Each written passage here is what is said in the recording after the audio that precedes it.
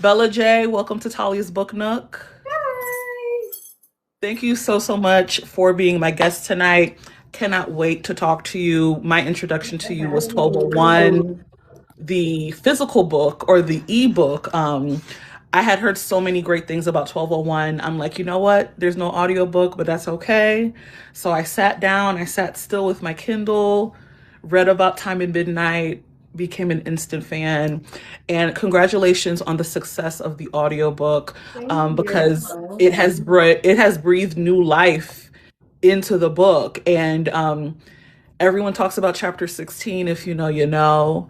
And we'll talk about that later tonight. But like I do with all of my author guests, we're going to start with a rapid fire. Okay. I'm going to ask you 10 questions, and you're going to tell me the first thing that comes to mind. Are you Okay. ready? I'm nervous. Don't be nervous. There's nothing to be nervous about. Okay, let's Um, go.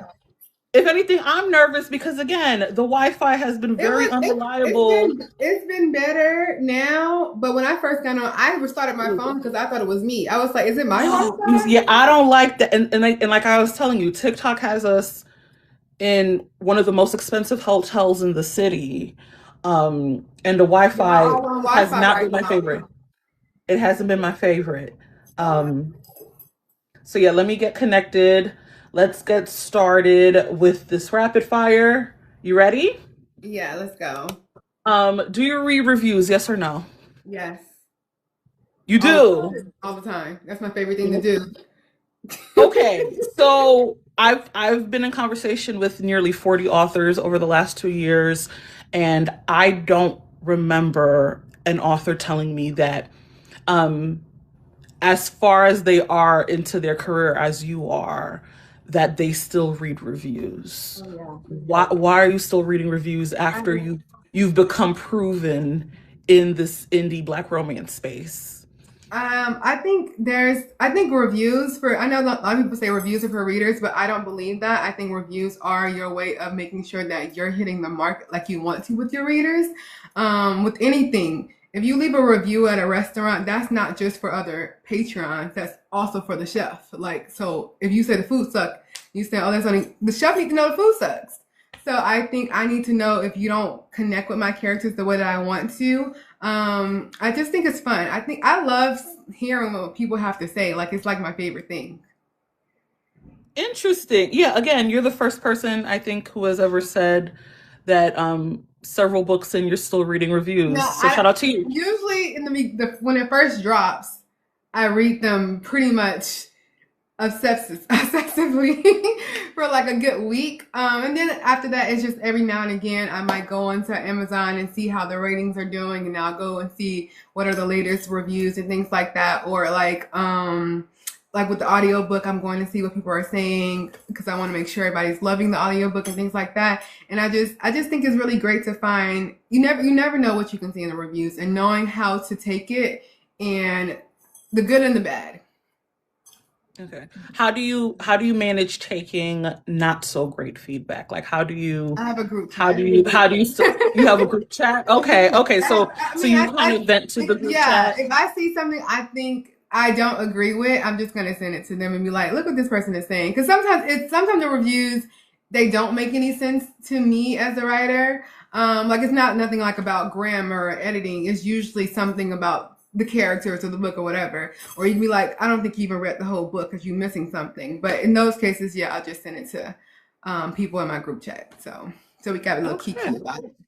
Speaking of the group chat, who are your author besties? Sky Moon. Obviously that bald headed baddie girl, Brianna. So yeah, those are usually the people who I'm sending out the reviews to. And you know, if we're not happy, you know, somebody has to hear you vent for a little time because sometimes that's all you need to do. You just need to actually get out how you feel about it, and then you're good to go. And be done with it. Hmm. Okay. Um, how did you meet them? Both I met online. So Sky Moon, I met probably 20 years ago. We met on message boards and we've been friends ever since. Like literally probably was like 18, 19. I had to be like maybe 20 at the most probably. Maybe 21 I would say, but Yeah, definitely. It's been quite some time there. And then Rihanna, we met on TikTok. So That's wonderful. That's wonderful. Best piece of author advice you've ever received? I don't know. I can't think of any probably other than like just stay in your lane. And that's something I also say, stay in your lane. Okay. Last book you read? I like finished or currently reading. Currently I guess reading. they both would be the same. The Secret World of Maggie Gray. Okay, what you're on book one? Book two. I just started Book book two. two? I'm Mhm. such a fan of the series. I think the audiobook for book four, I want to say it comes out next Ooh, because Tuesday. I'm listening Um, to the audio. yeah, so I'm gonna be sat for book number four next week. I'm really, really excited. Um, how long did it take you to write 1201? About a year, almost a year. I think it was like 10 months. Okay. What was kind of like the hardest part of writing this particular book? Probably the research. I don't know. I would say the research I had to do for the 1201 party because I've never been to one of those, so I wanted to make sure I do a Okay, good amount of so research there. and when you say research, you're kind of implying that like this is a thing. So how did this idea even come to you? So the idea of that, I was actually I had met someone, is a woman, and she talked about her like she was in town and she was like, oh, this guy that I hook up with, sometimes we go to like different like swinger parties, and I was like, in Atlanta? And she was like, yeah, there's this whole world and all this stuff. So she just telling me all this stuff. I'm just like, that's interesting. And then I know it's just like I feel like it's something that is known that these type of things exist, and usually they exist with the people who have a lot of money because they like to keep things a secret. So I just decided to start kind of building off of that. And then as far as like the parties goes, Reddit is my favorite person, my favorite research. You can find so much on Reddit about so many things that's happening in the world. If you have any questions, there's always somebody that's already had some kind of ask me anything question. So that's why I learned about like the rules. You should have rules. There should be like, a lot of them have NDAs or documents that need to be signed depending on who's there. Of course, test results and things like that. So that's why I like came up with the idea of like having an app that they already upload those things to. So things like that. Okay. What is the most underrated book in your catalog? Um, I have to look around. I would say probably my four-letter word series or Power. It's Okay. like between those two, and those are So the early babies. I did read, I want to say the prequel to the four letter word A little bit of series. love. Yes, because I think you did a freebie for Valentine's Day, and I'm very greedy. I'm just like, if it's I free, love it. it doesn't matter if I've read it. It don't matter. I'm downloading it. If you say you got a So freebie, I would say for I'm down. anybody that's watching, a little bit of love. It's usually always free. I mean, it's always free. Actually, it's in my Okay. bio. It you can buy it if you want to on Amazon, but it is always free. So it's a good intro to that Okay. series. But yeah, that I would say that one because it's also new adult college romance. So I think a lot of people maybe don't read that anymore as much as when I was writing it. So as far as like I think my readers who are more like in their 30s and 40s. Okay. What's your least favorite trope? Secret baby. Okay. Or how do you generally feel about just like pregnancy tropes? Um, F them kids. Because like, why are we like? I could do a oops baby trope. I can do, you know, I would read a secret baby trope, but 9 times out of 10, I'm not gonna like that woman. I'm not gonna like you. I'm just gonna be like, why would you keep a baby from me? And like, why would you want to raise a child by yourself? Like, and then don't let him, and then all the time he's rich. So then it doesn't make any sense to me because he's rich. And then like it's never something that's too serious because if it was that serious, y'all would never get back together. And we know y'all gonna get back together. So if I was the man, I don't want to be with you because you kept the baby Okay. from me because something Um, stupid. It's always something stupid. Yeah, okay, okay. No, you've made a very great case. What is a trope you haven't written about yet that you want to write about? Probably marriage of convenience. Okay. I would enjoy that from you. I think that'd be wonderful. It'd be fun. This seems Okay. very fun. And then I know. last one. And then last one, can you tell us one thing about your work in progress, your next work in progress or your next release? um, it's very fun because he is a tortured soul. So we have some fun happening over there. Is this going to be like a dark romance? No, Okay. I don't think so. But but it is the next book in my Jacob's Brother series. Oh, it's going to be what's his name? Jay. And he's not going to be with the he going to find somebody else, right? Hmm. Okay, because I'm ready for I did not finish Cookies on Top in time for tonight, but I know it's long, girl. It's long. I'm hoping it is. Listen, and sitting for 700, it's hard. But we're going to talk about future audiobooks because I think now that you've dipped your toe with 1201, I'm very much hoping that some more books might be coming to the format. Yes, All yes. right. All right. So I want to talk about your author journey.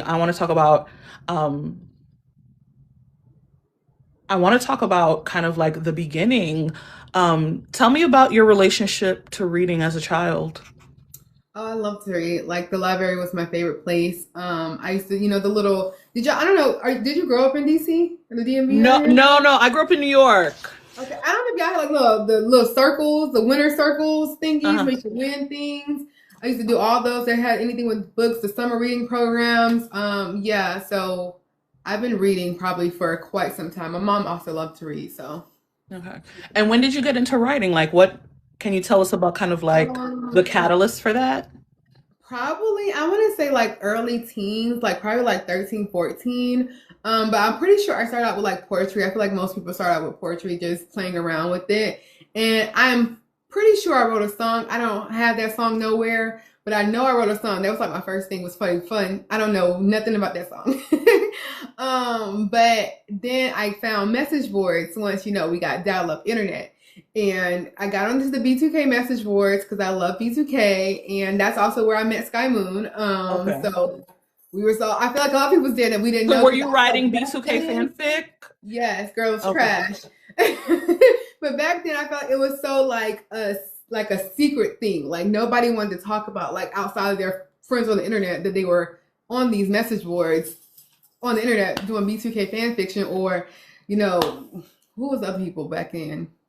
Immature fan fiction, Yeah. straight I fan mean, fiction. TG4, we put TG4 in the books. We put Janae Aiko in the books. Like, not in the books, in the fanfic. So like that entire universe Yes. of artists. But yeah, Same, I same. was on the B2K ones, and that's how it really got started. I'd be reading people's stuff, and then I was like, oh, I want to try to do this, and I just know if I found some of that stuff, it would be a fun time. Now I did find one. It was a fun time. I shared it with my Patreon. I said I don't know what was going on here. And fun fact, the four letter word series actually started from I don't know. I think it was a fan fiction too. Like I think it started as one of the characters, but I of course changed it all around. Okay, fun fact. Um, at what moment after publishing, after you began to publish, did you feel that you had longevity as a writer? Ooh. I would probably say around when Cookie Dough came out. I feel like that's one of the ones that started getting noticed more before Bookmark than before 1201. But I think I always knew. I mean, I've been writing for so long that I just always knew that I will always write in some way, shape, or form. But as like a published author, I think around those times. But really, truly, probably not until like the success of 1201. Okay, so relatively recent because you have a pretty I think people don't understand how much of a catalog that you do have. Right? It's not just 1201 and like I'm very much guilty of that being my intro to you and not going back in the catalog. immediately after, but like I'm gradually doing it. So like having read Bookmarked earlier this year and about 30% into Cookies on Top, and I read the two books before that. I read your Valentine's Day freebie. So I'm now going back into the catalog, and I'm really enjoying it. Thank I'm you. really enjoying it. What made you decide to go the independent route? I don't like to be told what to do. I like my freedom. I want to be able to tell these stories the way that I want to be able to tell them, and I don't want to like be told you have to like tone things down. Now, when I was growing up, of course, I the idea of being published before indie, was really a thing, was like the thing that you go for. But when that was something that became so easy to do, it's just like, why not do it? Okay, is going trad something that you aspire to, or you're kind of good as an independent writer? No, I would do a hybrid. I would do hybrid for sure. Okay. Okay. Which books in your catalog do you think would make great for like a trad re-release? 1201, of course. What? A lot of people always say bookmarked. I think that would be really great as a women's fiction. And I do think Cookie Dough with Cookies on Top is, I mean, my Jacob Brothers series, I love that series. So Okay. I would say all my books, but, we had to pick one or two. We'll say 1201 and bookmark properly. Okay. For those in the comments asking questions, please reserve your questions until the end. Um, what is one thing you want readers to know about independent publishing? Um, hmm. It's not a lot of times I feel like readers don't understand like the process or like just different things that we have to go through. Like say for instance, when they think like Kindle Unlimited and pages read and things like that, we only get paid like half of a cent for pages read. When So y'all share your KDP earnings, is that's what it's called, right? Mhm. When y'all share, like y'all are usually sharing it like in jest, being like, "Oh, I made $12. Talk to me, nice." Um, if KDP and Kindle isn't really those income generators, what is? Like where are indie authors finding success in terms of income generation? I think it really depends because I will shout out Brianna. She posted about like her top earning February was TikTok Shop. So she's a big advocate for getting us onto TikTok Shop. I am on TikTok Shop now. Is the entire But catalog available there? no, I don't want to do my entire catalog. I think I'm gonna stick to like about six of them. Right now it's only three, and I'm actually sold out. I actually just got these 1201s and stuff in, and I put them up there for the background. But I would say you have to find really what works for you. So prior to 1201 success, and I would say even before, we'll say before Bookmark, my royalty checks was like $50, $60.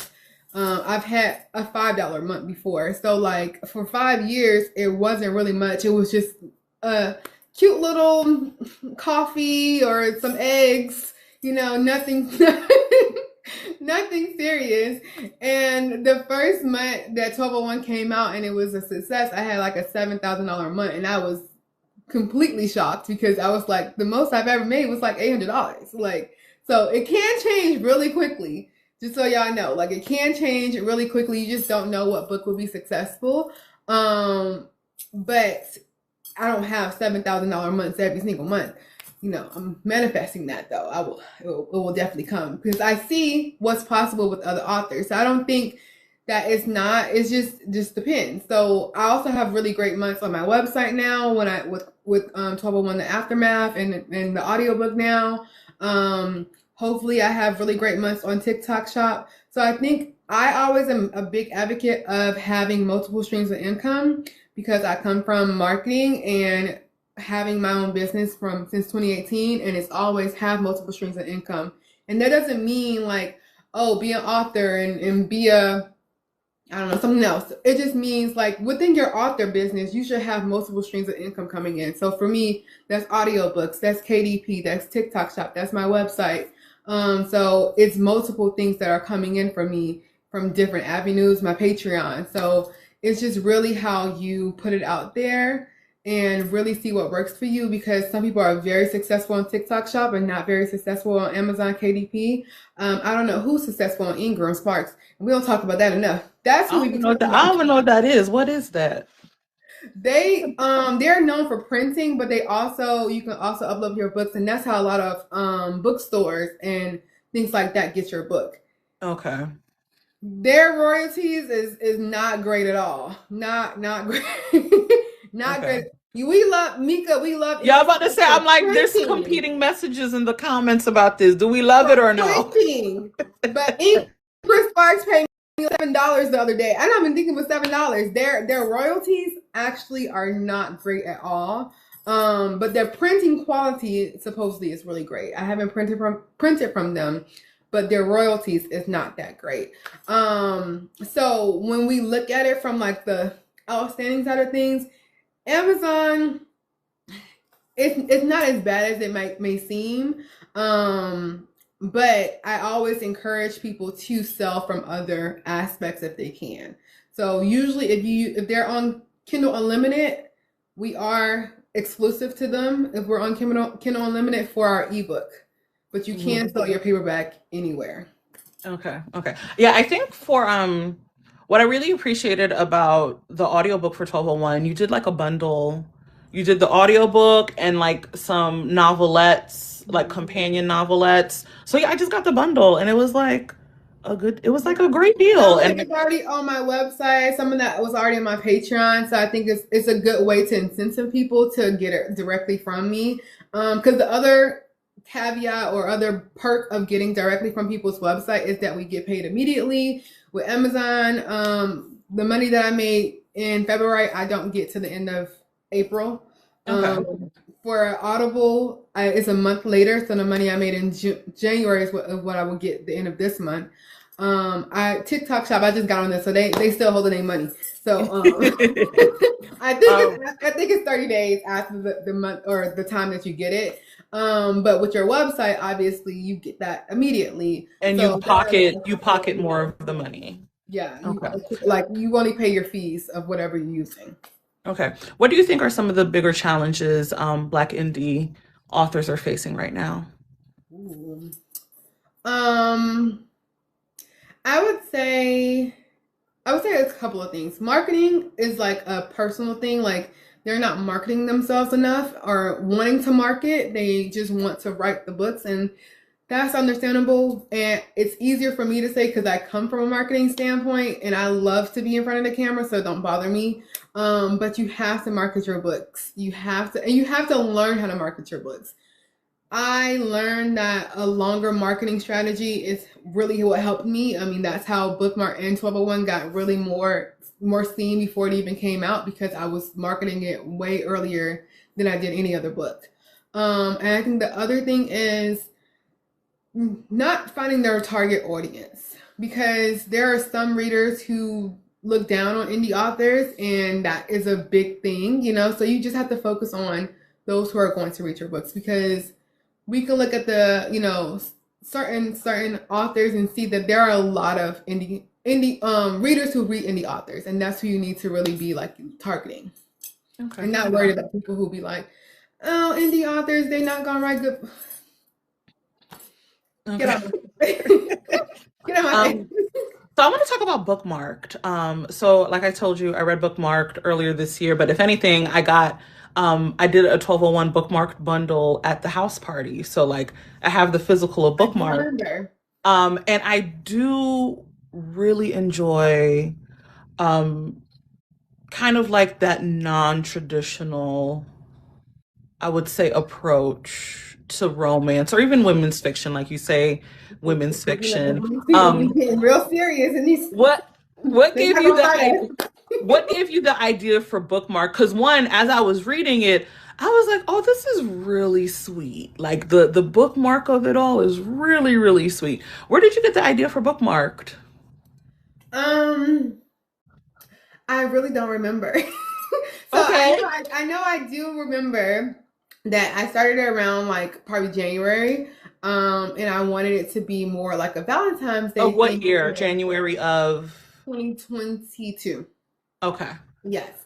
So the same year it came out. And I was like, oh, maybe a cute little short little Valentine's Day thing. And that's not what it was. I can't exactly, I knew, I don't, I can't, I need to start writing this down because people always ask these questions. I'd be like, I don't know what happened. It's just the story came out of nowhere. But I know there had to be something that, that was like, oh, a bookmark and all this stuff. Um, and I just have a lot of random ideas, and I just thought it was really cool to have something where it's a reader and the bookmarks. Originally, it was going to be like multiple books, and then I was like, what if she has like one favorite book, and he recreates scenes from that book, and I made it a fictional book because the author is the main character in another one of my books. So I was like, oh, that fits in. It could be really cool to connect them together. And then I just kind of went from there. I just think that it's a reminder of like when we do put these bookmarks in these books, that's to save our space, that's to come back to them and things like that. So Okay. So not to spoil the end, but how did you arrive at um not necessarily subscribing to the happily ever after that we expect when reading romance? yeah, I it was a hard decision because I try not to listen to like what people want exactly, like not to like say that I don't listen, but like I don't try to focus on that. So if that's not the story that I want to tell, I feel like there's always an audience for those stories.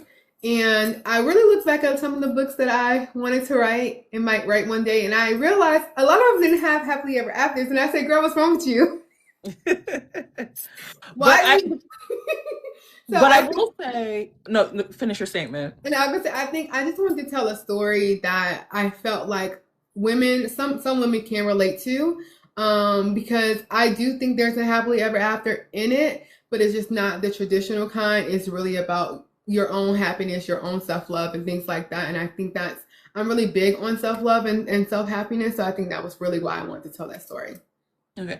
Is bookmarked and kind of like those characters, would you ever reconsider?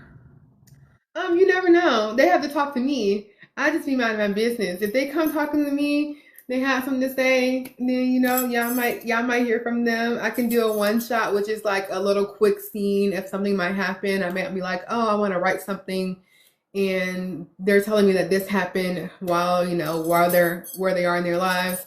Um, but we will see. They haven't been speaking to me lately, so I just know they're good. Okay. So when authors say, because you're not the first author to say that characters speak to you, what does that mean? What does that when a character is speaking to you, how does that manifest itself? Like what does that look like? Because they're not speaking, hopefully they're not speaking to you. What when you say they're speaking to you, what does that mean? Like what ways in what ways are they speaking to you if they're So not speaking to you? in my head, all of my characters live in a parallel universe in another universe. And so these are real people. I'm just telling their story. So they like literally are in my head. And like the story that I'm working on now, I'm always thinking about it. I'm always thinking about it because I'm like working through like, okay, what happens next? And like so I have to like hear them clearly of what happened in these next scenes. So if they're not in my brain and coming to talk to me and telling me anything like, hey girl, here's what's going on, I don't know nothing. I don't know nothing. I don't know nothing but what they tell me. So yes. Okay. Someone says, Okay. look, and it, No, I mean, no, because being I'm like, author, what are y'all saying? Like, and it's it's a like lot. kind It's of a like lot. it's like when someone says God is talking to you. Not that I'm not a non-believer, but like also when y'all say God be talking to you, what he be saying, how he be saying it, and I just want to know, is it a sign? Is it a coincidence? Is it a little parallel universe in your mind? Is it? your Sims, like, I want to know when you're saying speaking, what do you mean? And So interesting. Okay. that's really what it is. It's like for me, they like so I get a lot of my thoughts when I'm getting ready to go to bed or when I'm in the shower, when I'm walking. So like it's just like there's these characters that are just in your head. It's really, when I think about it, it's like normal to me. But I understand that's probably why everybody isn't writers because these are literally they're Yeah. just there. And it's just like, oh, okay, hey y'all, like what's going on over there? Yeah, and as I write, like I think about all of you who I've been in conversation with And yeah, you about. are working on something. Yeah, So I yeah, am. I am. But for me, speaking to me is me is me thinking about them, right? Like I'm thinking about they're this talking to book, you. Like, this that's what it story is. every day. Like there is not a day I am not thinking about this book and these characters. And there's not a day where I'm doing something and I'm like, oh my God, that would be great. Or oh my God, my character needs to do this or my character needs to go here because like this story is set in DC. So like for me, speaking to me, characters are not necessarily speaking to me, but like in my mind, I have a very clear idea of who they are and how this is going to go. And again, They're I'm talking to thinking you. of That's you I'm speaking thinking about through. this book every second of every day, right? There's not a moment I'm not thinking about this book. So Yes, like I think that's as close to speaking as it's been for me. that's what it Um is. It's really like when so if you get to a point where you just feel like you're stuck and like you can't get past a certain point, or that's when they're not talking to you. They're not telling you what you need to know. So that's what we usually mean. Like if they're always it's like something or they're like, oh yeah, like you might think an idea and be like, oh yeah, I should add that to the book. That's actually them saying, yeah, let's work that into the story. okay. And so that's how we look at it. Is we're kind of like gathering that information and putting it back out for them. So for y'all to read these stories. Okay, okay. So now I want to transition to 1201. So in our rapid fire, you alluded to um, a friend of yours kind of sharing some insight about kind of like, I guess, the sex party scene, the swinger scene in Atlanta, and then you kind of doing a deeper dive into that. Can you kind of talk about where you got the inspiration to write about a jilted ex and her kind of finding connection with her ex's brother? Where did that idea come from?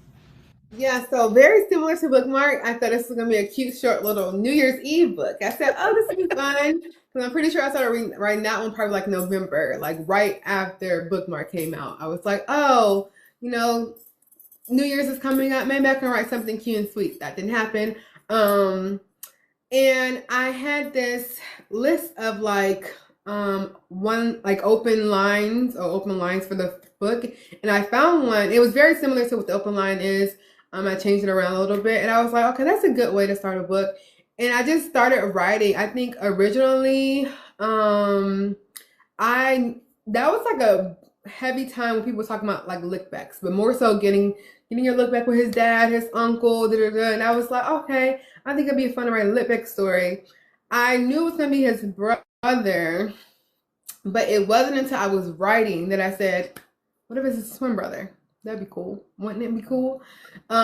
And that's kind of how it went. And I I feel like I was just writing when I decided cousin.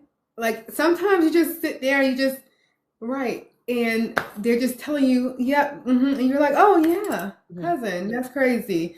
So I think that's how it really started coming off, and then from there, I just start to I believe with them, I might have like planned them out a little bit more than some characters. It just depends. Sometimes I'm really good with like planning out a full like character like interview or whatever, so I get more details. And with some characters, I'm not. It just depends on how what I know about them so far. But yeah, it just kind of like grew from there to be something really cute and to something more messy and fun. Okay. What was kind of like the response to Midnight being the twin brother as opposed to, you like you took it kind of like a step further. Like, what has kind of been the response to the fact that that's her ex's twin brother? I think everybody loves it. I think. No, I don't hate. I'm not. I don't. I don't care. Like I don't care. So when I Um. was that was like my marketing strategy when I was marketing it. At first, I said relative. The whole time I was marketing it, I said relative. Until I think um around the arcs or somewhere around that, I started saying brother, and I did not say twin brother at all in the very beginning. I let the arc reviewers tell like if they want to tell it was a twin or not. But I didn't say that at first. I just said relative when I was first starting to market it because I was like, we're gonna just get everybody peaked with just relative. You just know it's somebody. His daddy, his uncle, his brother, cousin, who knows? But I waited to say brother and then twin. And I think people, you get to like kind of tap in with time of the morals, like brother, okay, but somebody that he shared a womb with, that's crazy. Like, y'all shared a whole womb. Like, that's your roommate. Like, y'all been locked in for quite some time. So, but you can't stop your ex from finding your husband, even if it's his No. brother. Period. Period. And I really enjoy Midnight as an MMC. Um. What was kind of your process around developing Midnight's character, and why do you think Midnight is so compelling to readers and was such a good fit for time? Yeah, so with them being twins, I wanted them to obviously have similarities because they are still twins, but also that not every twin is completely, they're still individual people. So I definitely went the distance of making sure that they had certain things about them to be different, like they're born on different days. Midnight is born on 1201. And that was one of the main things that I really wanted to happen because I'm like that in itself shows a difference. Like y'all are born in 2 different months, technically. So the other thing was I just wanted him to be exactly what she needed and not what she thought she needed. And I think that was really what I wanted to show him as, and I think that came across. Okay. So I would say this story definitely is also kind of like an enemies to lovers. Delusional. Oh, Delusional. delusional. When you say delusional enemies to lovers, because that's something you've used in the marketing. When you say delusional enemies to lovers, what does that mean for you? So for me it's their time really did not like that man. She did not like that man because obviously he called her desperate, all these things like, and you always have this issue with me anytime we're around each other. So I really don't like you. Like, but he was pretending not to like her, for obvious reasons. Like he's attracted to her, all those things. So that's why for me it's delusional. He it becomes a thing because of how they had to treat each other. But for her side, she really did not like him. Like you're the op. Like you call me desperate. You saying all these things about me. I don't like you, and I think your brother is supposed to be my love of my life, and he's trash. But like, but yes, I really wanted it to come across that way. Even though now people will still be like, "This is not a real enemies to lovers," and I am a that's my favorite trope. So for Really? me, I don't think enemies to lovers have to be you killed my dad and now we about to no, I don't think it has to be so enemies. I just think there has to be a good amount of like dislike there for me and a good reason behind it. And you can't like fall in like 2 chapters. Like you can't go from not liking this person and then next chapter you're cool. Like no, it still has to be a reason why y'all switch, and I think that's what I showed there. But I do like a good tried and true like enemies lovers too. I think there's a spectrum, so I enjoy all of it. Okay. So Total One came out, was it 2023 or 2024? 2023. Yeah, I think it was either one of the last books I read that year or one of the first books I read that next year. So almost 2 years later, the audiobook comes out. There is renewed interest, chatter about 1201.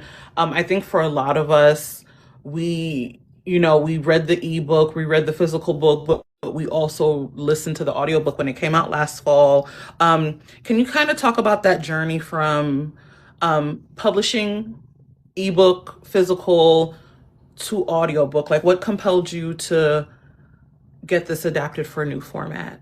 Yeah, so I actually won the audio and color grant in Okay. Okay. 2024. Yes. Okay, Thank congratulations. you. In 2024, yes, because it's 2026. Yeah, so I won the audio and color grant in 2024. Yes, that sounds right. Congratulations. Thank you. I think they're announcing in like September. So we started it was a $5,000 grant. And so that's like a lot of people. Elle Kaysen, for Demon's Dream, she won. Lady Marie won for Cinnamon and Gold. So it's a few of us that won this amazing grant that they offer, and it's for people who don't have any in audiobook published as I think as an indie author like that, because I think you can have some if you like trad or something like that. And so that was, you go through the whole process and then you work with a production company. So I work with Lyric Audio, and it was a great experience. I wouldn't want to do it like on my own without a production company ever, because literally it makes it so much easier. So yeah, that process, we started in, I want to say January was when we had our first meeting, and then Of what year was that? January of. Okay. yes. At the end of March, or no, the end of February is when we made the decision on the narrators, but they weren't able to record until September. So like that's another thing I want readers to understand. When y'all be asking for audiobooks, this is not a quick turnaround process for most times, especially depending on who the narrators are. Their schedules have to link up. It can take quite some time. Like I said, I think around March is when they told me that they were going to be recording in September, and then there was a little bit of delay. So and they gave me the date of like November 26th, and I was like, can we just do 1201 for the fun? I love the theme. They was like, actually, that's amazing. So I was like, I think it's just perfect. So that's how it went. So after they start recording, so between March and like October, I don't really hear anything. And then once they start recording, they let me know they're recording, and then I get sent the beta files once they finish recording. And that's the most tedious part because I'm a perfectionist. So I listen myself, and I had one of my alpha readers listen behind me so that we can find any issues, because obviously they're human. So they make mistakes. And it's very hard listening to chapter 16 and I have to focus, you know? Okay. Yeah. Speaking of chapter 16, I think what makes the audiobook so phenomenal is Emmanuel Ingram narrating for Midnight. How involved were you in the process for narrator selection for this? Yeah, so I got to send my options. So he wasn't on the list. Okay. Which is because at the time I think he was on hiatus from what I knew. I also specifically so for the women narrators, I want to say I had 7 auditions, but only I think maybe 3 of them were at like on my list. And then the other 4 wasn't on my list, and I didn't like them at all. Madison was actually my top choice from before I even heard her. I actually heard her on a CCJ book, and I was like, I think she would be like the perfect time, and I think she did amazing. And then on my male narrator, we got 4 auditions from there, and all the men, I think, except pretty much all the men pretty much did pretty decent. But as soon as we heard my audition team was Brianna, Lady Marie, and my alpha reader. As soon as we heard Manny, we was like, oh, that's it, that's it. And we didn't even know who it was. We didn't know who it was. And so, because she didn't tell me any of who the auditions were. She just gave me like audition A, B, like a blind. It was like a blind audition. Yeah. Okay. So like when she sent, we was like, yeah, that's it. That's who it is. So she picked him. So shout out to my producer, Brittany. She was like, yeah, I added him on. And you know, what part of the book did he audition? Like what was the excerpt of the book from his audition? chapter Okay. 14, which does not, it starts off with, why was her so wet or something like that. I said, why Okay. would y'all, and I didn't pick that. I said, Brittany, why would you pick that for him to read? Why would it start that way? So Okay. they Okay. both actually read spicy scenes. They both read, I think she read chapter 13 and he read chapter 14. Okay. And they both killed the auditions. No, they're wonderful, and if anything, I credit 1201 for kind of me revisiting Emmanuel because like prior to 1201, if you asked me who my favorite male narrators are, Emmanuel wasn't a part of that. He wasn't a part of that list, and I feel like from what I had previously heard, I was like kind of whatever. If anything, I'm really impressed with Emmanuel Ingram on Quinn. I think he does really great as a Quinn narrator, if y'all know what Quinn is. But I didn't care for his like actual audiobook work. But something about 1201, I'm like, oh, I'm like, It was have I, the name. why did I count him out so soon? And I think after that, maybe that next week, I probably listened to like 3 or 4 books that he narrated because he had done 1201 so good. So how involved were you in kind of like the production, right? Because when we talk about chapter 16, we're talking about the moaning and the grunting and the and all of that. And I that's did not not necessary. hear that. And I that's was not I was as shocked as y'all was when I heard it. I okay. said, "Is this Yeah. a production?" And I remember he's on the Quinn app. I said, "Maybe this is what they be doing over there." No, that's what he be doing on the Quinn app. And that's why I was so like, because like I had read 1201 2 years prior. So like I don't remember you being like moan grunt, but like for him to like not onomatopoeias, but like for him, what is it called, for him to like ad lib in that Produce. way. I I said, want to know, is that something that you were adamant about in the production, or production, or maybe he just thought it was a good I idea? just think he just went for it. As far as Okay. I know, I think he just went for it. And you know, I'm not mad at it at No, all. not at it, not at all, not in You the know, least bit. I think it was just enough. It wasn't like too much. I think it was just at the right like level of like, oh my God. But like, oh my God, okay, this is okay. So yeah, I enjoyed it. I was just as shocked as y'all. Like I said, and I had to listen to the book because I'm like going through each sentence, making sure they're not missing any words or saying anything wrong. Okay. Yeah, I think the first listen, I was like I was already enjoying the book, but I was like and again, outside of Quinn, I had not cared for him as an audiobook narrator.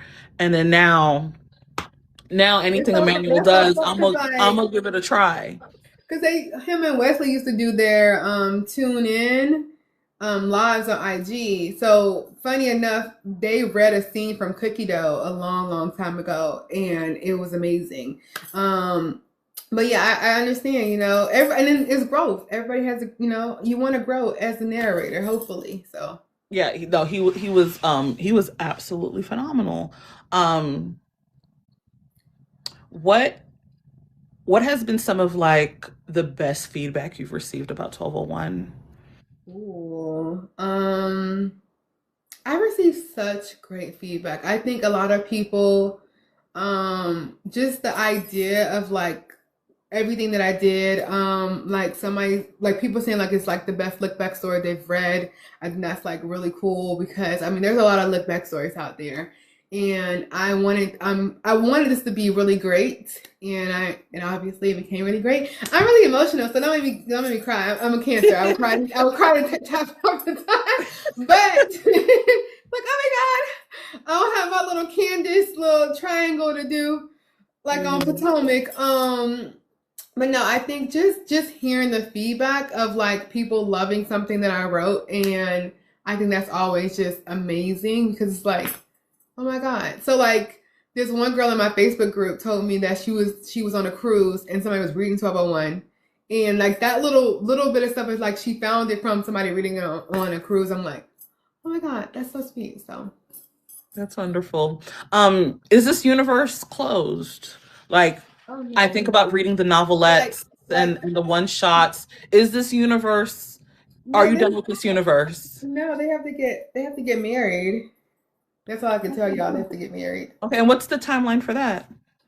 Um, soon, but soon can mean anything. Is it soon before Jacob's Brothers number 4 or after Jacob's Brothers number 4? Probably four. Probably four. Jacob's brother number four, baby. That's gonna be another beast of a story. Okay. This wedding won't be as crazy, but some kind of like novelette or something for y'all to get a little bit more of them. They still talk to me from time to time, so I have things to say, things to write. Okay. Okay. So I want to talk about Jacob's Brothers because that's what I've most recently read from you. I read books 1 and 2. I'm currently reading book 3. What was the idea to talk about these three brothers? Like where did this idea come from for the Jacob's Brothers series? Yeah, so the first book, I didn't initially I didn't think of doing a series. I wanted to write this. That was my second book that I ever written. I wrote it in 2 weeks, Finding Christmas, and it was literally I published the first book in November, and I was like, oh, I want to kind of write a Christmas one.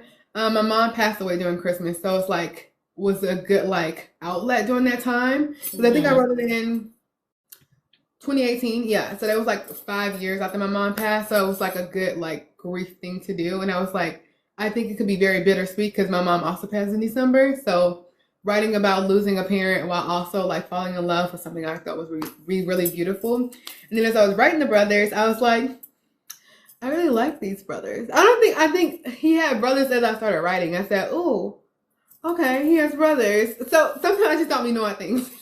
And then I was like, I really do like the brothers. And probably towards the end of writing Finding Christmas is when I was like, I think I want to write something with Nelly and Yada. And that kind of like grew from there. Originally, cookie dough was not supposed to be a thing. It was supposed to just be with cookies on top. And then the idea of cookie dough came to me of like having something way before their love story actually started. And that was fun and sexy to write. And then with cookies on top, which took quite some time because they didn't talk to me for a few years. So Okay. Yeah, because what was the gap between Cookie Dough and with like how many like what was the gap for that? Cookie Dough came out in 2021 and this came out in 2025. So I originally started writing it in 2021. Like I think Cookie Dough came out October 2021. So I probably started writing it like November, December, and then didn't write it again until 2025. Or 2024, because I think that one took me, yeah, I started writing it after 1201. And that's why I tell people like I sometimes you just don't know what's gonna flow because Bookmarked and 1201 came out of nowhere. And the book that I thought I wanted to write was just not happening until it happened. So and then they talk so dang on much. Yeah, because with Cookies on Top is like It's like 700 700. pages. Yeah, it's a thickie. What Uh, made you, given that Nelly is the youngest, what made you to kind of not skip Jay, but like why didn't we go oldest, middle, youngest? Like why I did you feel feel like Nelly? I don't know why. I don't know if it's a common thing to do, but I feel like in a lot of series, the middle brothers always last. I don't know. It's just they're never like in order. I Okay. mean I don't think I have read one that's super in order. Was the Dangerous series in order? Oh, I don't. I feel like they Well, wasn't. two of them are I mean, twins. but one of them is It's a still older than the blur. other one. It's a blur. I forgot which one is. Maybe it I is don't out of think so order. though, because I feel like it was like young. I don't know, Okay. but yeah, somebody said no, but like I just know like I think like the middle brother or the middle child is always a lot. There's just always a lot. It seemed like it. So, do you So predict book 3 being even longer? I don't know even longer, but I think it'll be very comparable to with Cookies on Top because Okay. it's Okay. also I do know it's gonna be a full love story similar to that. So it has a lot more that goes into it, and there's a lot more required. Because you will see once you get there what happens. No, I know that this Jay, but even though I'm not there yet, it's clear that whatever relationship Jay is in cannot be the center Yeah. of his book when it But comes out. when you see what happens, you'll be like, oh, okay, yeah, he's gonna need some time. He's gonna need Okay. some time. So he's Okay. a little tortured soul right now, but it's been fun. I started posting a little bit on my Patreon. And our main female character, she tells him straight up, I like to humble men. So she's not with the shits, and she's exactly what he needs. So yeah. Okay. What's the timeline for this? Girl, I don't have timelines. Okay. I mean, you're independent. You do what you want. You don't. And I mean, I would like it to be sometime this year, but I'm still very, very, very much in the very beginning stage.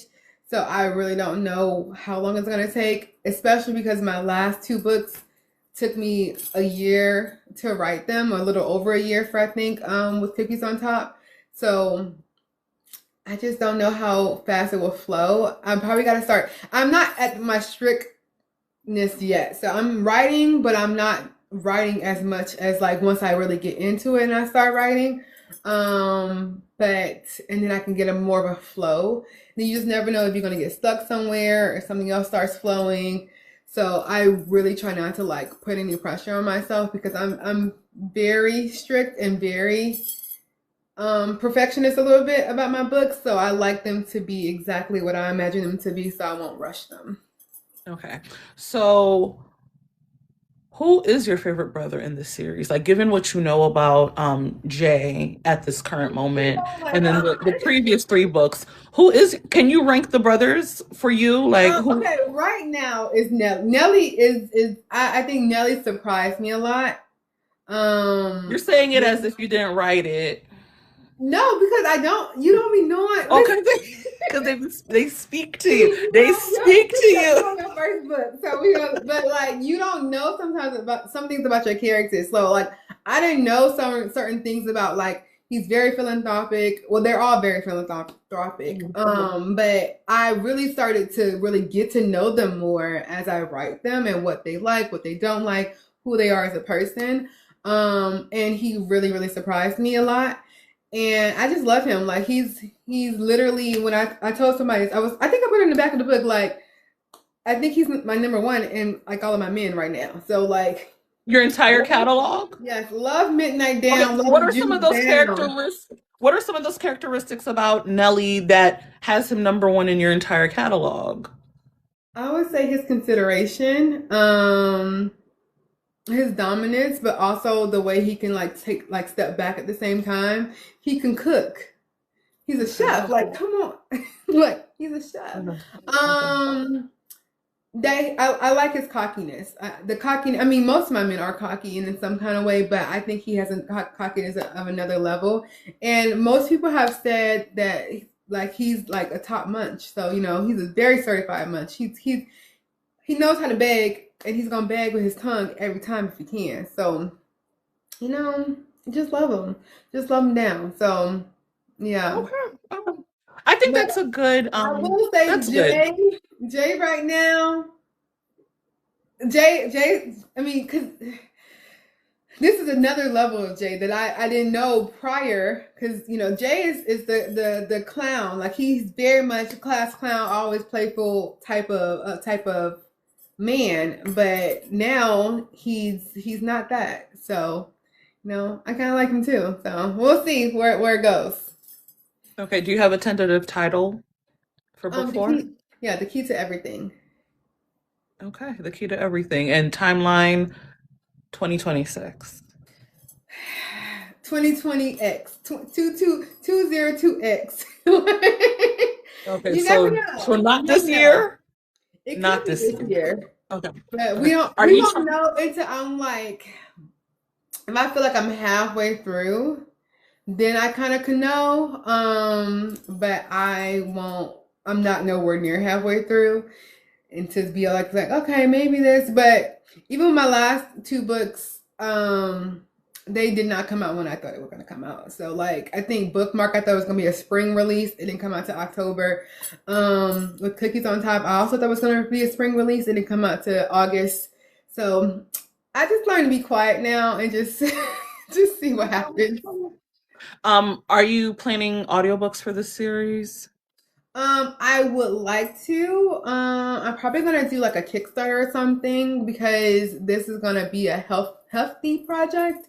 Like with Cookies on Top alone will probably be like 21 hours. And probably be over like $7,000 probably because 1201 was like 5,000. I think it was actually over 5,000.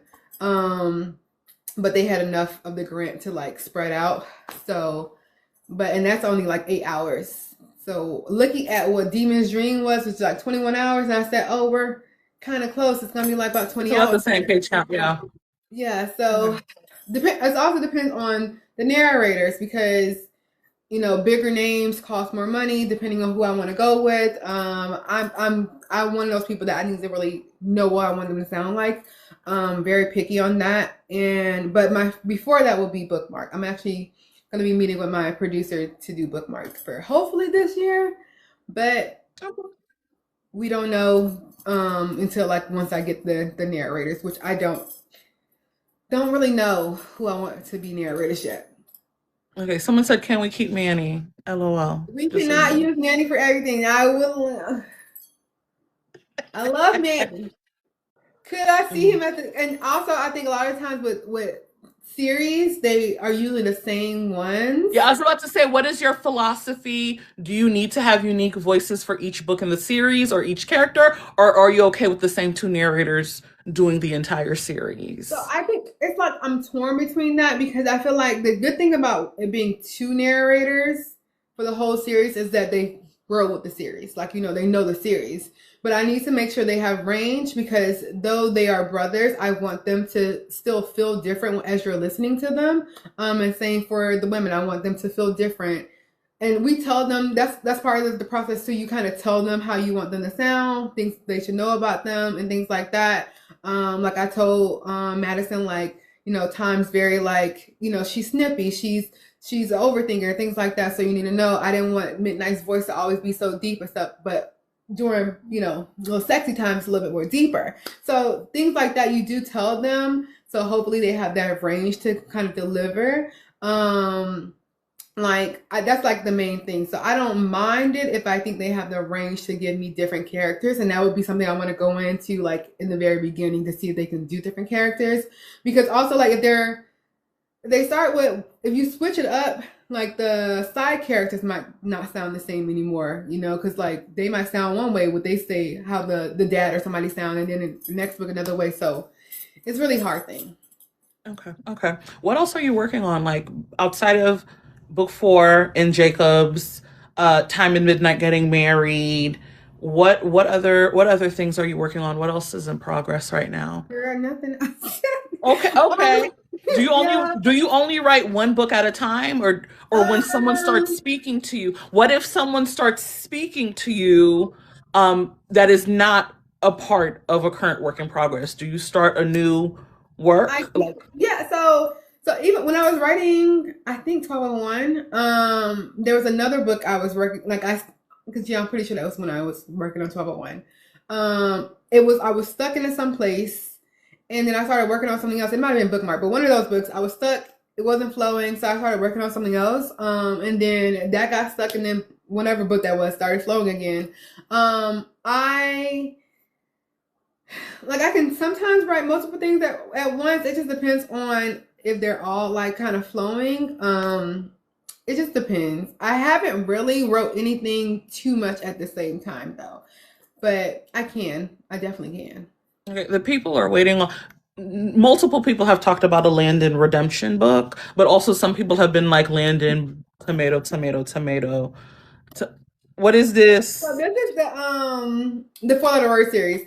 So the people who have read that book, have read that series, Landon is my most hated character. I think Malachi might give Landon a run for his money, But the difference is Malachi was a grown man.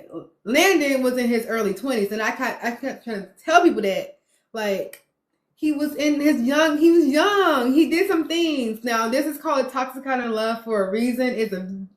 It's toxic. So Landon did some things. A lot of people don't like Landon. I think Landon, got redeemed a little bit because he's also in the fourth book. And I keep telling them that I'm gonna write a redemption story for Landon because I think that they should forgive him. And I want to write a story where people don't like somebody and I make you like them. And then I be laughing because I just think, Landon deserves better. Like they don't give him enough grace. Okay. Okay. Really. So book festival season is upon us. Where can we find you this year? I will be at Chocolate City Lit. April, Yes. I will be at Petals and Prose. May. May, yes. And I will be at Black Women's Book Fest. Okay. And that's it for 2026? There might be one other, but I won't know until maybe like early May. Okay. Okay. What is your advice to authors attending a book event for the first time this year as an author? Ooh. Have a list. Like, start preparing as early as you can. Have a list. Black Women's Book Fest was my very first author event last year, and I was very overwhelmed. I was very stressed out. But it all worked out some kind of way. Learn your system. I didn't know how to work my Square system at all. Okay. So at Black Women's Book Fest, my best friend worked the system. She figured it out. She was the cash girl. When I had to go do the house party, I was lost. I was so lost because I was like, I don't have no assistant. I didn't do this last time. I had somebody else doing this. So make sure you learn that. But really enjoy it. Enjoy it. Don't worry about what's happening around you. Just enjoy your moment. And I think if you have to talk to people, like if you have to start, if you're new and you feel like nobody's coming to your table, start learning now how to pitch your books because you don't want somebody to come to you, ask you about your book, and you're like, so yes, learn how to talk about your books, have fun with it, and learn how to like sell a little bit, but not in a salesy way. Just have fun. I think people also in those spaces, they are open to buying from new authors, especially if they feel like they can talk to you easily. If you can talk about the book, know like little things about it that can really get somebody's attention. So, okay. When do your pre-orders close for all three of these events? Technically Friday, but because I have not promoted it enough, I'm gonna extend the first two, Chocolate City and Petals and Prose, until the 14th. And Black Women's Book Fest, I believe, closes on March 30th. Okay. Are you doing any exclusives for these events? Not for the first two, but we don't know what's happening for the next one. Anything can happen. So you're gonna have an exclusive release for Black Romance Book Fest is what I mean. I said anything can happen. I didn't say that. I said anything you're can happen. working Last year, these two books, they just dropped randomly, the hardcover. Okay, so you're going to have some either new releases or special releases exclusively for Black Romance Book Fest. Potentially. Okay. So you just never know. I don't know what's okay, you just never know. But I can tell you, that there will be a theme. Always. I like doing a theme, so we will have another. What's the theme this year? What's the theme for Black Romance Book Fest? We're going to a cookie shop somewhere, because last year was a winery, a vineyard, Bella J's Literary Vineyard. This year it's going to be all about cookies. So, do you think book 4 could be ready by May? Absolutely not, Talia. Let's ask. Do not expect book 4. It won't be book 4. Okay. Now, I did mention something else, so that could be what it is, but it's not gonna be book 4. Okay, that's fine. I cannot wait for the BRBF exclusive, and this will be available at the table in the signing room. It won't be available for pre-order because this is a surprise. Who knows? Because last time I dropped a pre-order for 24 hours and told y'all You got 24 hours to get these. So right now, we're last minute. We're very much procrastinators. Life comes at us fast. There's so much happening. I have a cruise next month now. So now I'm trying to get my life in order this month so that I can be prepared myself for these events.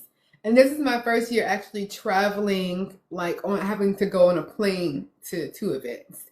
Okay. So not so much nervous about DC because my best friend lives there, so I can just we're all good there. But St. Louis would be new. I've never been to St. Louis, so I'm excited about that. So yeah. Okay. She's trying to get y'all all the tea.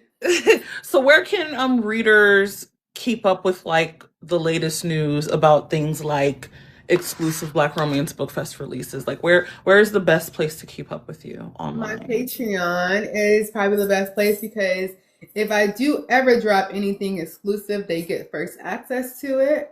And they also get work in progress drops. So they're already reading Jay's story and they get to give me feedback. They get to help me decide certain things. So you get to be very much a part of the process as little things, big things. Like I asked them how tall the main female character should be, best friend's And what they name. say, and what they say. So I wanted someone between 5'4" and 5'7". I think majority voted 5'7". Okay. So we probably be going with 5'7". And Jay is 5'11", so he's not as tall as his brothers, which I like. I like to give a little. She calls him a short king, so I like to give a little short I king. mean, he is a short king. See, that's what she said. She like I said, she like the humble men. So technically he's not short, but like he's not 6 feet. So like, but if I make them a little bit shorter, they gonna make it for it in other places. So Okay. we'll be good to Um. go. Midnight's only 5'10" and a half. So Oh, wait, did I know this? you should have. Did I know this? I don't think it changes anything. Malachi is 6'1" and a half. I think it is. I don't think midnight Or being 6'2" 5'10" and a half changes anything for me. No, he It's said his fine. brother is 3 inches taller, but those 3 inches went somewhere else on him. That's fine. No, and that's why it doesn't bother me. So that's fine. So now we're gonna do a this or that. You're gonna tell me this or that, and for everyone in the audience right now is the time to ask your questions. So if you had a question you asked previously, I'm gonna need you to ask it again. Are you ready for the this or that? Do you like fast-paced or slow burn stories as a reader? Slow burn, but like slow burn fast. What does that mean? Like I don't want slow burn where it's like 80% in and they just hold the hands. I don't want that. I like to feel them building the connection, but I want to feel the connection fast. I want to feel like I'm feeling it very early on. Like So you kind of still need to have that assurance that yes. there is something happening. Okay. Okay. As a reader, do you prefer books or audiobooks? Recently, audiobooks. Like I have to have, even if I don't listen to audiobooks, I have Alexa reading to me most of the time because I usually listen or read while I'm working out. So that's like the easiest way for me to get in my books. Okay. He falls first or she falls first? You gotta fall first. What are we talking about? What are we talking about? Why for you does it have to be he falls first? Because a man should always love her more than she loves him. So fall first. Get on your knees. Period. Do you prefer second chance at love or second chance romance? Wait, second chance at love versus second chance romance. Versus second chance. So kind of like finding love again after kind of like heartbreak, betrayal, whatever, or a couple revisiting for a second chance. This is a hard one. I'm going to say second chance at love only because of what I'm working on right now. And that's book 4 in Jacob's Brothers. So that's also couple one with second chance at love. Okay. So we're gonna expect a second chance at love. Yes, because Oh, also for like second chance, why did you mess up the first time? You know, but then again, the first book in the Jacobs Brothers, so you just okay. never know. But we're gonna Okay. go with that answer. Words of affirmation or quality time?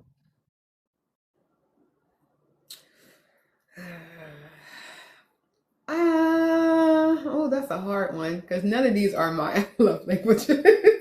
I'll say quality time at the mall.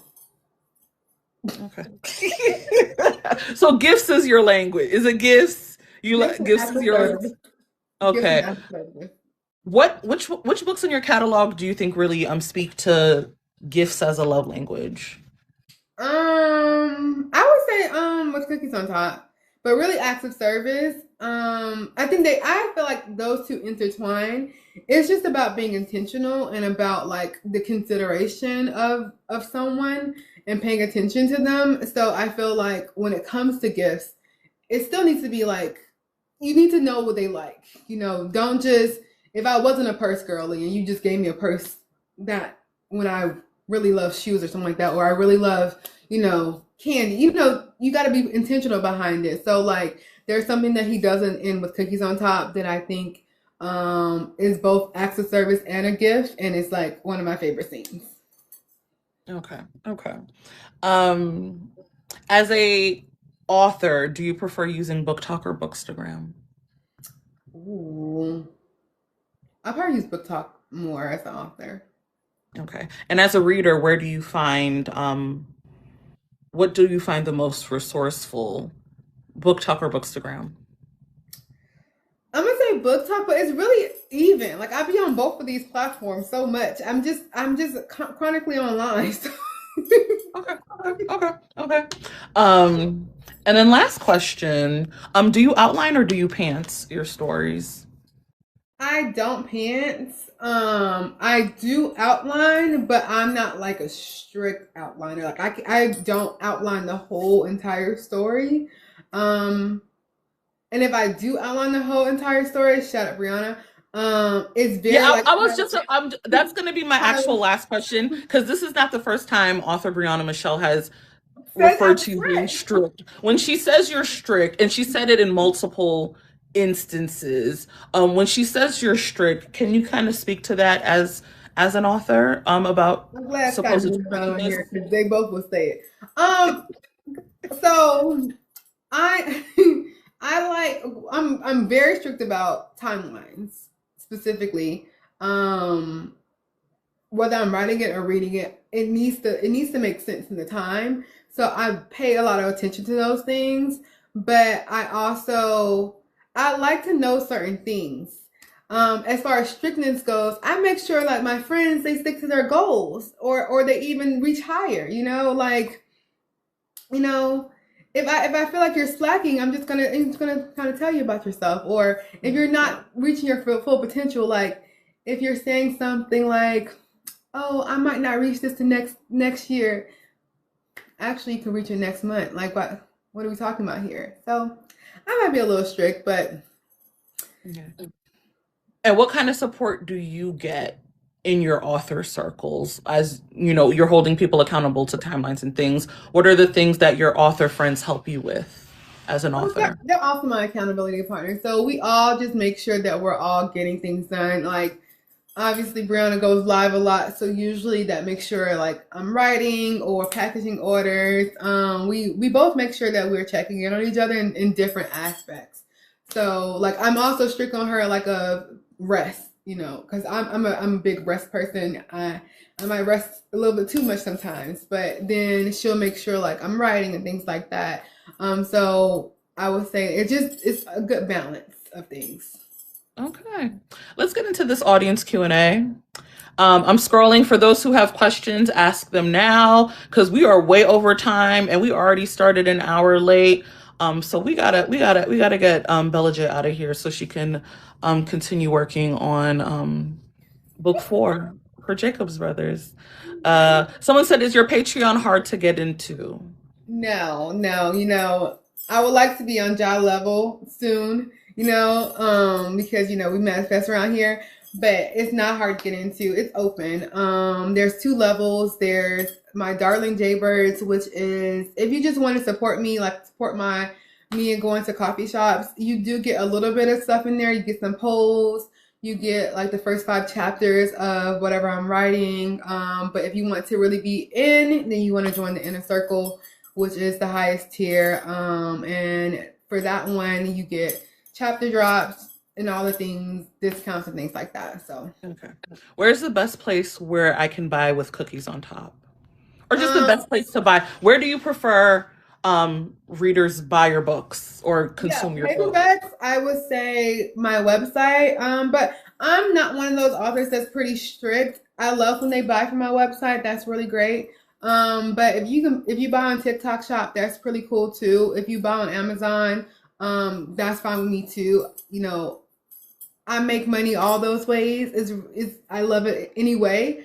But with TikTok Shop and my website, you do get signed copies and extra goodies when you purchase directly. Okay, so purchase directly, get those extra goodies. Sorry, is there a way your readers who cannot do crowds of the book events get access to exclusives? Yeah, so it depends on what it is. So normally I would probably always order extras. So like when I did the hardcovers, if there's extras when I come back from these events, then I usually will drop them on my website. They do go really fast. So you will have to be, I would suggest your Patreon because Patreon knows first if I'm going to do a drop and they get the link first. And then usually my email list gets it next, followed by my Facebook group. And then social media is usually last. So usually if it gets to social media, it might be already sold out. Okay. A therapist commented she loved the therapist role in Cookie Dough. Why did you prioritize that journey?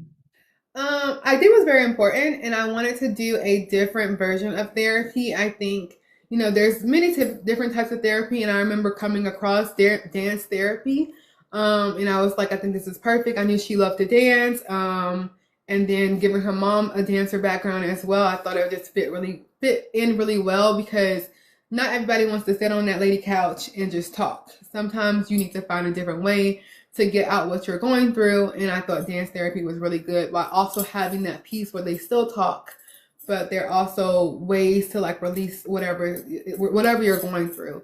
So it was very important. I like to have, depending on the book, if I feel like the character needs to be in some kind of therapy, I like to show their journey if I can.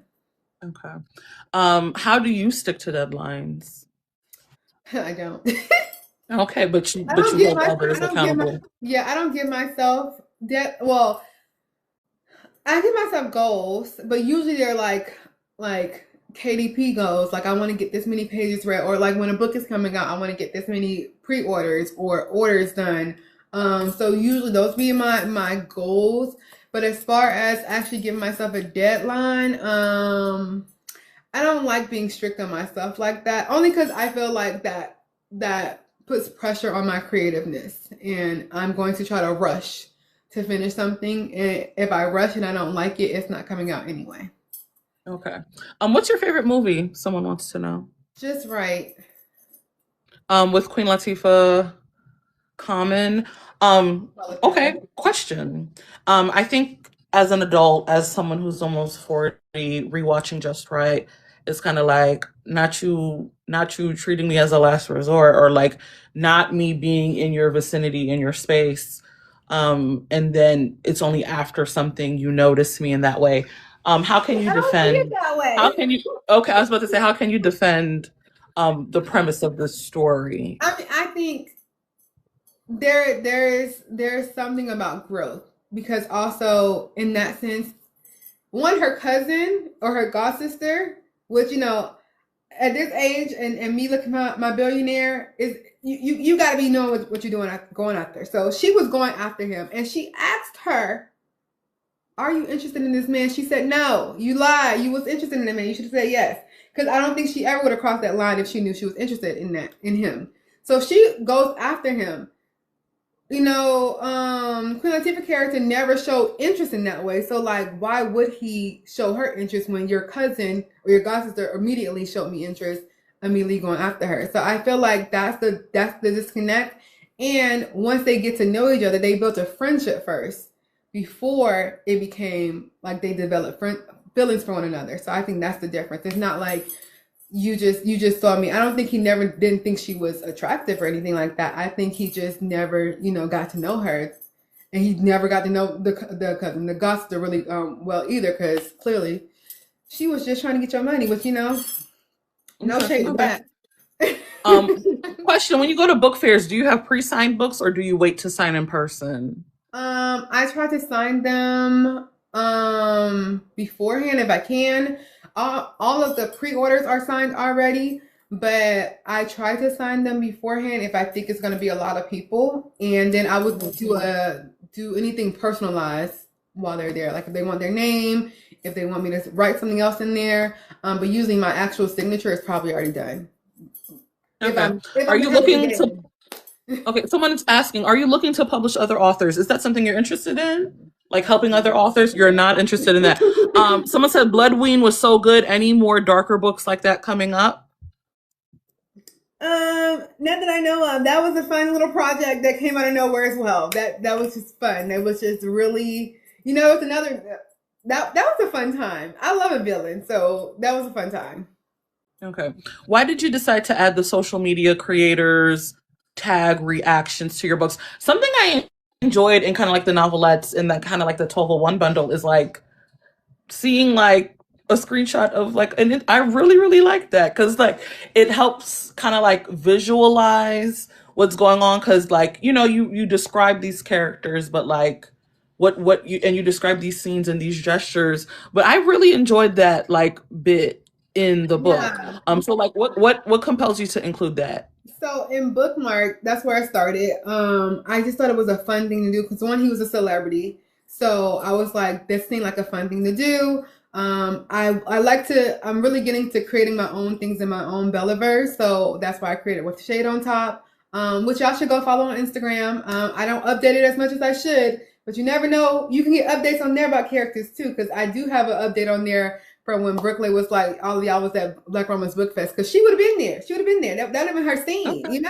Okay. Okay. But I was like, this would be fun to create. And then I always like to try to go a step further. So that's why I decided to include like actual real book talk, bookstagram people. And that was always fun because I love people to like come across their name in the book and be like, oh, I really would have said that. Or be like, do you know Tannen? Tannen Yeah. Taylor? So Hmm. like in 1201, she's quote unquote Malachi's ex-girlfriend. So like she was like, why did you make me get married? I said somebody had to take one for the team, girl. Somebody had to take one for the team. Okay. But yeah, so it's fun to do those things, to see like what I'm gonna do in the comments with you guys. And then I went even further with cookies on top. Is that I think with 1201 and with cookies on top, I also add like characters. So you might see my actual characters. So you will see like, I think it was cookies on top. You will see like Elgin Newsom. Like you will see Juice in the comments. You'll see books in the comments. You'll see other characters also in the comments as well, so that they're all a part of this world and this universe. Okay. Someone said if not Ingram Spark, then who? I think they mean like for printing, I think it's just a whole bunch of different printers you can use. I know Ingram Sparks is supposed to be really great. I've never used them, but I know they're supposed to be really great. Barnes and Noble Press is supposed to be really good, but I heard their customer service is not that great. Obviously, I use Amazon. We have issues, but I will say when I have issues, I get all my money back. So I don't. Okay, okay. Someone asked, and I think this is like an analytics question if you have access to this. Is there a way for her to see how many times we've listened to chapter 16? And I think she's talking about 1201. Like, do you see like, is there a way for you to kind of see data around like No, what are no. people listening to? Like, The only time I can see data on the audiobook is if I like gift like when my ARC listeners, I only can see like how much they've listened. So like okay, that was really cool because they were obviously ARC listeners. So I can see like if they've listened 100%, if they've only listened 25%. So I was like, oh, y'all giving all the tea over here about how much they're listening. Especially because they listen for ARC listeners. I think I think for Book Funnel, you have to listen in the Book Funnel app, which is actually good app compared to their reading app. But so you can see those things, but I think for regular people who buy, I can't see those things. So I don't know, but you know how long many times you listen to that chapter 16, y'all. Okay, have gone 90 minutes, over 90 minutes. So we're gonna end right here. Beyonce said, "How does it feel to be Beyonce, girl?" How does it feel? I love it here. I do think I'm Beyonce. The B is for Beyonce. Yes. Bella J, thank you so much. I will see you at the next 3 book events that you mentioned, because I'll be at all 3. And for those who are tuning in, if you missed any part of tonight's conversation, it'll be available on YouTube later this week. As a reminder, March 18th, D.H. Renfro is our guest, and on April 1st, Christina C. Jones is our guest. So you can set reminders for both on my profile. What's your one? If you use Talia 20, you can get 20% off on my website for the next 30 days. Talia 20. Don't use it until around 11, because I forgot to put it up there on my website. But okay, so at 11 o'clock, I'll be posting everywhere. Talia 20, all caps, 20% off at the Bella J website. Yes. All right, Talia 20, y'all got it. Thank you for extending this promo. And next 30 days, what's the website? Is it bellaj.com or author.bellaj.com? The easiest one would be shop.author.bellaj.com to go directly to the shop.